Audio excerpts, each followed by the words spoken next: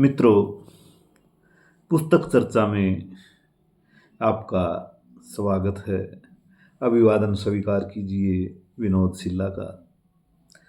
आज की पुस्तक चर्चा में पुस्तक लेकर आया हूँ दुनिया की भीड़ में, जिसके लेखक हैं, जिसके लघु कविताकार हैं प्रेम कुमार शर्मा जी। प्रेम कुमार शर्मा जी हरियाणा के सिरसा के रहने वाले हैं। जिला बाल कल्याण परिषद में सहायक के पद पर कार्यरत हैं। यह पुस्तक लघु कविता संग्रह है। आनंद कला मंच प्रकाशन भिवानी से प्रकाशित है। मूल्य इसका 300 रुपये और इसमें पृष्ठ हैं 120। 120 पृष्ठों में 101 लघु कविताएं समाहित हैं। कार्यालय में सहायक के पद पर कार्यरत हैं, तो कार्यालय के खट्टे मीठे अनुभव भी इन्होंने इन लघु कविताओं के माध्यम से अभिव्यक्त किए हैं बहुत सी रचनाओं में। 6 रचनाएं इस संग्रह की रोटी शीर्षक से है। रोटी से संबंधित विभिन्न गतिविधियां, विभिन्न पहलू उकेरती लघु कविताएं हैं। 2 लघु कविताएं प्यार शीर्षक से हैं और बहुत सी लघु कविताएं विभिन्न विषयों से विविधता लिए हुए हैं, जिनमें से चंद रचनाएं आपके साथ साझी करूंगा। पहली ही इसकी संग्रह की लघु कविता है, वह अच्छे से जी लेगा।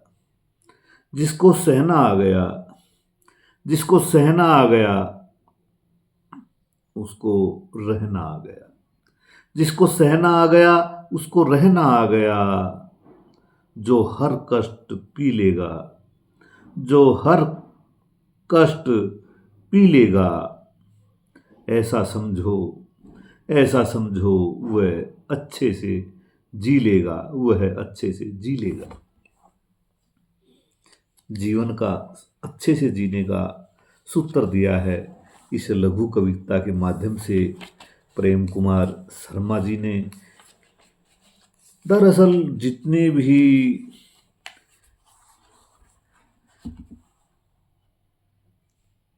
आज के दिन मनमुटाव होते हैं, लड़ाई झगड़े होते हैं, सहनशीलता की कमी के कारण ही होते हैं, और दिन प्रतिदिन सहनशीलता कम होती जा रही है।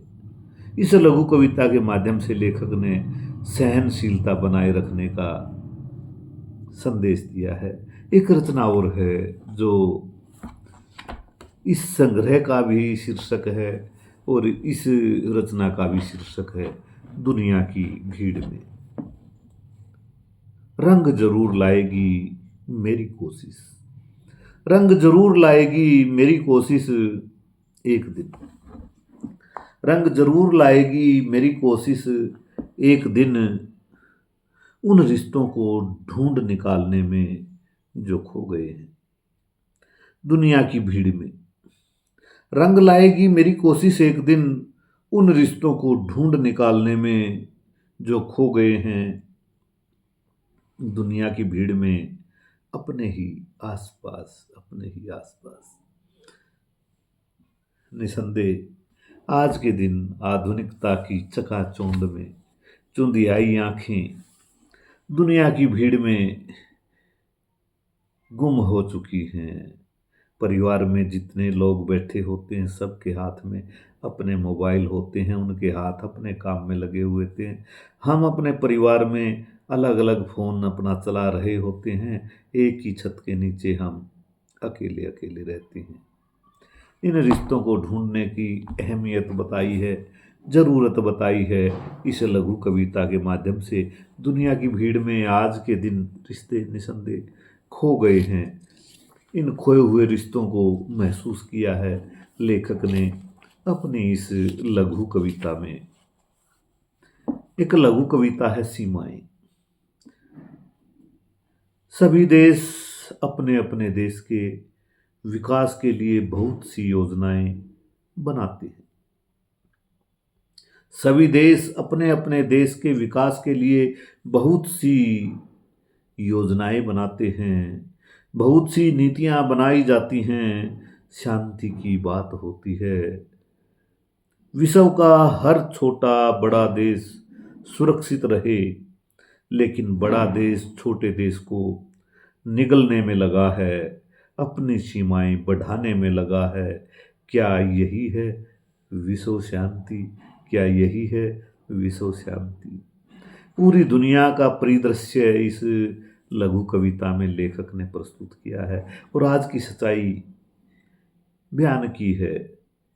वो चाहे रसिया यूक्रेन का युद्ध हो, वो चाहे अन्य किसी देश का युद्ध हो, भारत और चाइना का, भारत और पाकिस्तान का सीमा विस्तार के लिए हर दिन संघर्ष देखने को मिलता है।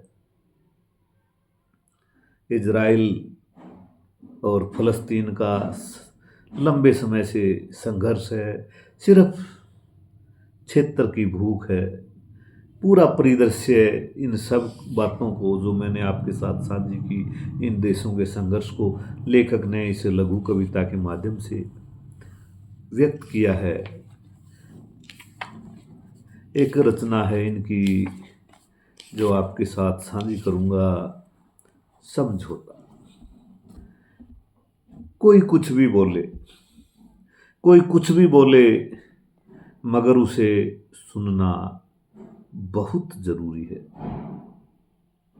खुशहाल जिंदगी जीनी है यदि हमें, तो रिश्तों का सघन जाल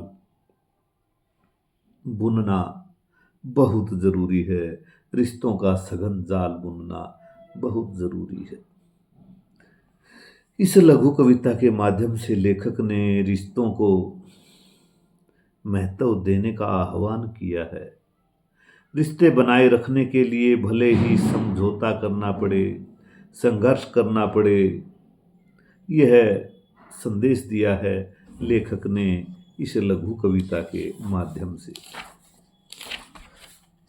अगली लघु कविता है जो आपके साथ साझी करूं, भूल।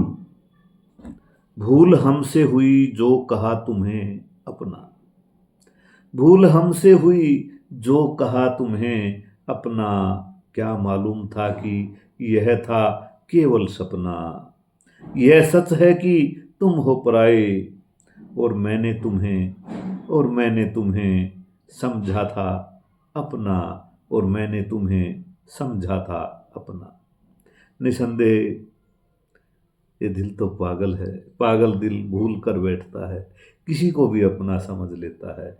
जो अपना नहीं होता, इसको एक तरफा प्यार भी कह सकते हैं। निसंदेह दिल की भूल को इस लघु कविता के माध्यम से लेखक ने व्यक्त किया है। प्रत्येक हंसकर मिलने वाला अपना नहीं होता, अपने तो अपने होते हैं। एक लघु कविता है 21 जनवरी। अभी 21 जनवरी गई है। लेखक अपना जन्मदिन मनाकर हटे हैं। लेखक के जन्मदिन को समर्पित है लेखक की यह कविता। 21 जनवरी तू कैसी है, हर साल आती है, जिंदगी का एक वर्ष ले जाती है। कुछ बधाई देते हैं तो कुछ कहते हैं हैप्पी बर्थडे। उम्र बढ़ रही है या घट रही है, पता नहीं कैसा है 21 जनवरी का यह दिन, पता नहीं कैसा है 21 जनवरी का यह दिन। लेखक को जन्मदिन की बहुत बहुत बधाई कामना करते हैं। यह 21 जनवरी हमेशा हमेशा आती रहे, आपके परिवार को खुशियां देकर जाती रहे। एक लघु कविता है दास्ताने गांव।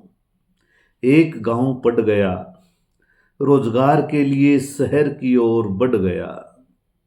एक गांव पड़ गया, रोजगार के लिए शहर की ओर बढ़ गया। धीरे धीरे गांव हुआ खाली, घरों में बस रह गए माली। माली यानी के माता पिता। आए न बच्चे हुए उदास, लगी टूटने उनकी आस। एक एक कर सबका प्राण पखेरु उड़ गया। युग अपना अंतिम सफर पूरा कर गया। युग अपना अंतिम सफर पूरा कर गया। लेखक ने ग्रामीणांचल में या छोटे शहरों में या बड़े शहरों में जो बुजुर्गों के हालात हैं, उन हालातों को इस लघु कविता के माध्यम से लेखक ने चित्रण किया है और सटीक चित्रण किया है। आज यही हाल चाल है। माता पिता घर में अकेले हैं, बेटा बहू किसी अन्य शहर में या किसी अन्य देश में घर से दूर रोजगार कर रहे हैं, अपनी अपनी जीवन में व्यस्त हैं। आज के जो हालात हैं वो इस लघु कविता ने बहुत अच्छे से व्यक्त किए हैं। आज यही हालात हैं, घर में बुजुर्गों के बच्चे कहीं हैं, बहू कहीं है, बेटा कहीं है और बुजुर्ग घर में बुजुर्गों की आंखें अपने रिश्तों को, अपने नातियों को, अपने संबंधियों को देखने को तरसती रहती हैं। अगली लघु कविता जो आपके साथ साझी करूंगा, अखबार। सुबह सुबह अखबार ने राम मंदिर भेज दिया मस्जिद में। सुबह सुबह अखबार ने राम मंदिर भेज दिया मस्जिद में। पूजा भी शुरू करवा दी, जला दिया मदरसा बता दिया। बताया इसी अखबार ने दंगा हो गया। अखबार तू खबर दिया करता था, कभी नफरत कब से परोसने लग गया। नफरत कब से परोसने लग गया। आज की पत्रकारिता पे, आज के अखबारों पे, आज की प्रेस मीडिया पे, प्रिंट मीडिया पे, आज की इलेक्ट्रॉनिक मीडिया पे लेखक ने कड़ा प्रहार किया है और ये सत्य भी है। पत्रकारिता के जो हालात हैं वो दृढ़ता से, सच्चाई के साथ लेखक ने ईमानदारी के साथ प्रस्तुत किए हैं। यही हाल है आज के दिन पत्रकारिता का और अखबारों का। एक लघु कविता है कूड़े के ढेर पर। फूल की कलियां बुक्के में इकट्ठी बतलाती हैं। फूल की कलियां बुक्के में इकट्ठी बतियाती हैं। जीवन हमारा खिलने तक था। जीवन हमारा खिलने तक था। अब बुक्के में आकर किसी के हाथों किसी का स्वागत करके हमें चले जाना है। उस डस्टबिन में फिर उठाकर फेंक दिया जाएगा। कूड़े के ढेर पर फिर उठाकर फेंक दिया जाएगा। कूड़े के ढेर पर। जो फूलों के साथ होती है, फूलों की जीवनी और फूलों के साथ जो जो व्यवहार किए जाते हैं, उन तमाम व्यवहारों को इस लघु कविता के माध्यम से लेखक ने सुंदर व्यक्त किया है, सटीक चित्रण किया है। वास्तव में फूलों को एहसास ही नहीं होता कि कौन किसे दे रहा है, स्वागत में दे रहा है या मृत्यु सैया पर पड़े किसी शव के ऊपर रखे जा रहे हैं।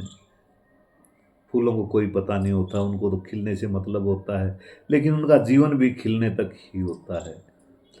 और इसी तरह फूलों का ही नहीं, प्रत्येक व्यक्ति का, प्रत्येक जीव का, प्रत्येक प्राणी का, जंतु का, पेड़ पौधे का हालात बदलते हैं जीवन के।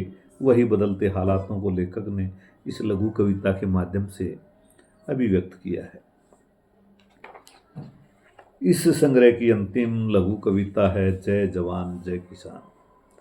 मैंने जाना है जाने नहीं दूंगा मैं तुझे, रुक नहीं सकता मैं रोक कर दिखाऊंगा मैं तुझे, काम नहीं है हुकूमत का कर दे दो भाइयों को आमने सामने, एक तरफ जवान एक तरफ किसान।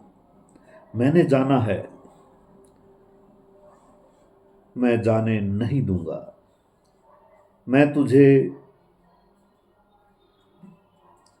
एक तरफ किसान है एक तरफ जवान है। जवान किसान कहता है मैंने जाना है, जवान कहता है जाने नहीं दूंगा मैं तुझे, रुक नहीं सकता मैं, किसान कहता रुक नहीं सकता मैं, जवान कहता रोक कर दिखाऊंगा मैं तुझे, काम नहीं है हुकूमत का कर दे दो भाइयों को आमने सामने। यह सियासत ने कर दिया, पहले भी कर दिया, किसान आंदोलन के दौरान कर दिया। किसानों को, संघर्षरत किसानों को के समक्ष उन्हीं के बेटे जवान, पुलिस के जवान, अर्धसैनिक बल के जवान खड़े कर दिए, एक तरफ किसान एक तरफ जवान। सियासत के यही खेल हैं। लेखक ने बहुत से अनछुए पहलू इस लघु कविता संग्रह के माध्यम से छुए हैं। लेखक का सार्थक प्रयास है। आप सबसे मेरा निवेदन है यह पुस्तक लेकर अवश्य पढ़ें, निसंदेह आपको भी पसंद आएगी। इसी के साथ इजाज़त दीजिए।